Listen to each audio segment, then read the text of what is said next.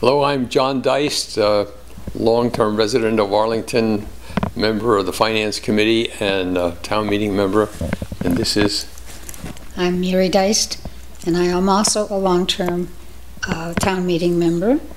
We have lived here for 40 years, and we raised our children, and they went through the public schools, and we were very happy with how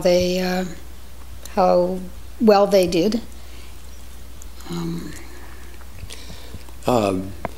Now we're in the throes in this town of redoing a number of schools, all of which need rebuilds, a high school, middle school, and vocational school. That is a great investment for all of the people of this town, young and old. This town is known for its school system, among other things, and we think we should continue to maintain that good investment.